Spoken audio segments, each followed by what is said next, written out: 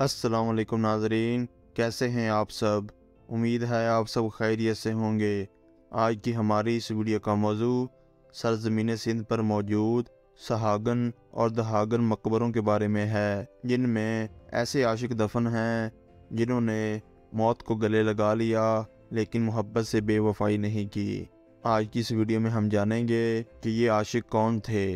आपसे गुजारिश है कि वीडियो को आखिर तक लाजमी देखें, और जो दोस्त चैनल पर नए हैं वो चैनल को सब्सक्राइब कर लें।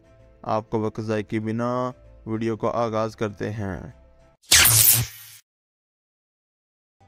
नाज़रीन इकराम, कोट डीजी किला सिंध धरती का मान जिसकी तामीर 1785 ईस्वी में हुई, लेकिन यहाँ जिक्र किले का नहीं एक मोहब्बत की दास्तान का है।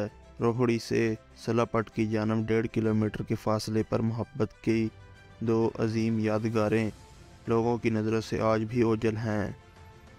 कोट डीजी जो अपनी मिसाल आप इसकी दिलकशी दीदनी है, लेकिन इसकी दीवारों के अंदर एक अलग ही किस्म का हुस्न था। वो खूबसूरती जिसे दुनिया की आंखों ने नहीं देखा, लेकिन इसे जानने वालों के दिलों ने महसूस किया।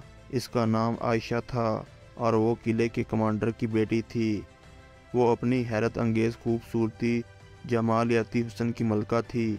वो अक्सर दरिया सिंध के किनारे जाती और वहाँ की कुदरती हुस्न में खो जाती।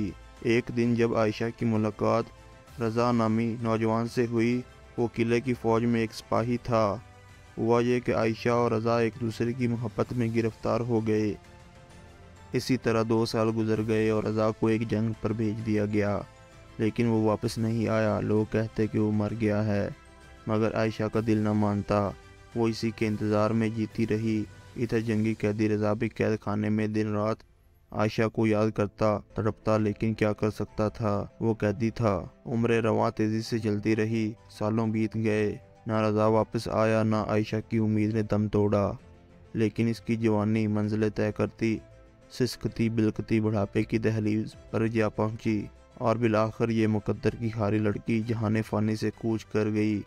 और इधर जंगी कैदी जवानी से बुढ़ापा लिए कैद से आज़ाद हुआ और अपनी मोहब्बत जो अब कमज़ोर नातवा थी पाने आयशा के पास आया और देखता है कि वो तो मनो मिट्टी के नीचे सो रही है। तो आशिक़ नामुराद का दिल भी फट गया और वो भी इस जहान से रुखसत हो गया। दोनों ना मोहब्बत पा सके ना सुकून, लेकिन इनकी दास्तां सिंध धरती पर अमर हो गई। आज भी वो एक ज़िंदा दास्तां की तरह सिंध धरती में मौजूद हैं, और आज भी इन दोनों के मकबरे यहाँ मौजूद हैं, जिनको मकामी लोग सहागन और दहागन के मकबरे के नाम से जानते हैं। सदियाँ बीत गईं लेकिन मोहब्बत अमर रही।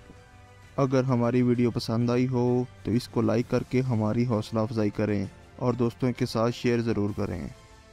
इसके अलावा अगर आप पाकिस्तान की तारीख़ व सकाफ़त के बारे में मज़ामीन पढ़ने के शौकीन हैं तो हमारी वेबसाइट को विज़िट कर सकते हैं। वेबसाइट का लिंक आपको डिस्क्रिप्शन में मिल जाएगा।